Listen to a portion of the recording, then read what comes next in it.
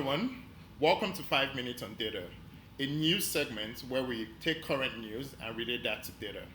Today we'll be asking the question, will international students be deported? My name is Dotun. So last week, a news came out saying international students are facing deportation. Basically what happened was the US immigration issued new rules for international students, saying that if you're a student and your classes become online in the fall, you might lose your immigration status. What is really crazy about this is that some universities actually planned on going online this fall. And if you think the story is crazy, wait till you find out that if you're out of the country and you're trying to come back in and your classes are online, you will be denied entry. So the question then is, why do we have this policy? Well, we found three reasons. One, it's a way for the government to enforce universities to open during the COVID-19 pandemic. A second reason is to limit legal immigration to the US for the students.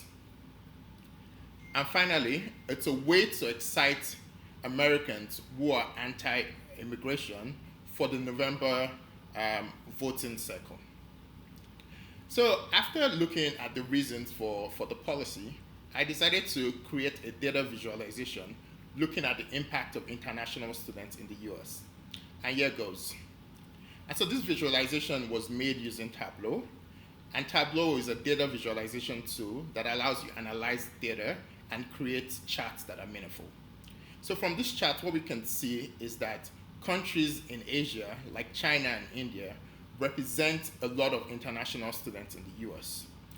Even at that, there's also countries all over the world being represented in the US. And from 2000 to 2019, there's been a steady growth of international students coming into the country, with 2019 having about 1 million students enrolled in the US. So this is a big pool of students that will be affected.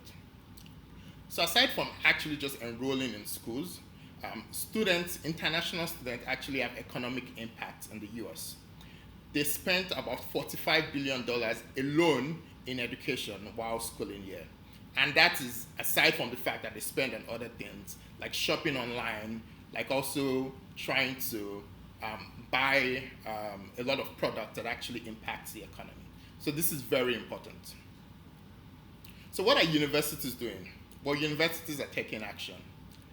Universities like Harvard and MIT, and my alma mater, Johns Hopkins, are suing the US government because of this new rule. They think it's not right, and they think it's unfair to international students.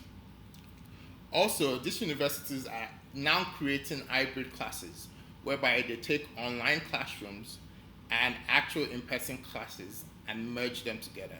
So some of your classes can be taken in person, while a lot of it will be online as well, to navigate around the restriction made by the immigration services. So what should international students do? So the first thing is not to panic. Even though it might seem like there's a lot of things going on, there's a lot of uncertainties, what is actually happening is that there's a lot of discussion around the matter, and there are people thinking deeply about what is going on. You need to make sure you're registered for either an in-person class or an hybrid class, so that you don't get affected by this immigration policy. And finally, make sure you stay in touch with your international student offices and make sure you're in constant discussion with them. So the question then is, will international students be deported?